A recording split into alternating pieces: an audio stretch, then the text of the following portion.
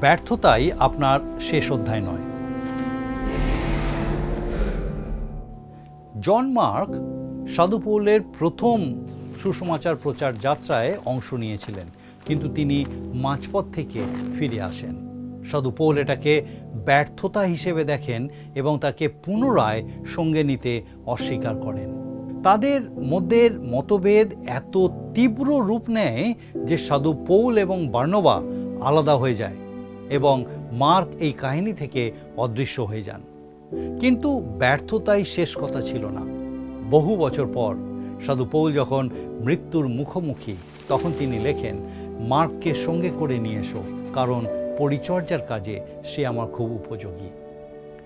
যে মানুষটি একসময় প্রত্যাখ্যাত হয়েছিলেন, তিনি পুনরায় দরকারি হয়ে উঠলেন। অনুগ্রহের কি চমৎকার এক নিদর্শন! একটি ব্যর্থতা দিয়েই আপনার ভবিষ্যৎ নির্ধারিত হয়ে যায় না। ঈশ্বর হোঁচট খাওয়া মানুষদের পুনরুদ্ধার করতে পারেন।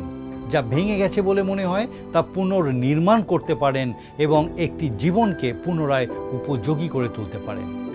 সাধু মার্ক কেবল পরিচর্যার কাজেই ফিরে আসেননি। ঈশ্বর তাকে সমগ্র বিশ্বকে মার্ক লিখিত সুসমাচার উপহার দেওয়ার জন্য ব্যবহার করেছিলেন। আপনার ব্যর্থতা হয়তো একটি অধ্যায় হতে পারে, কিন্তু এটি আপনার জীবনের গল্পের সমাপ্তি হতে পারে না।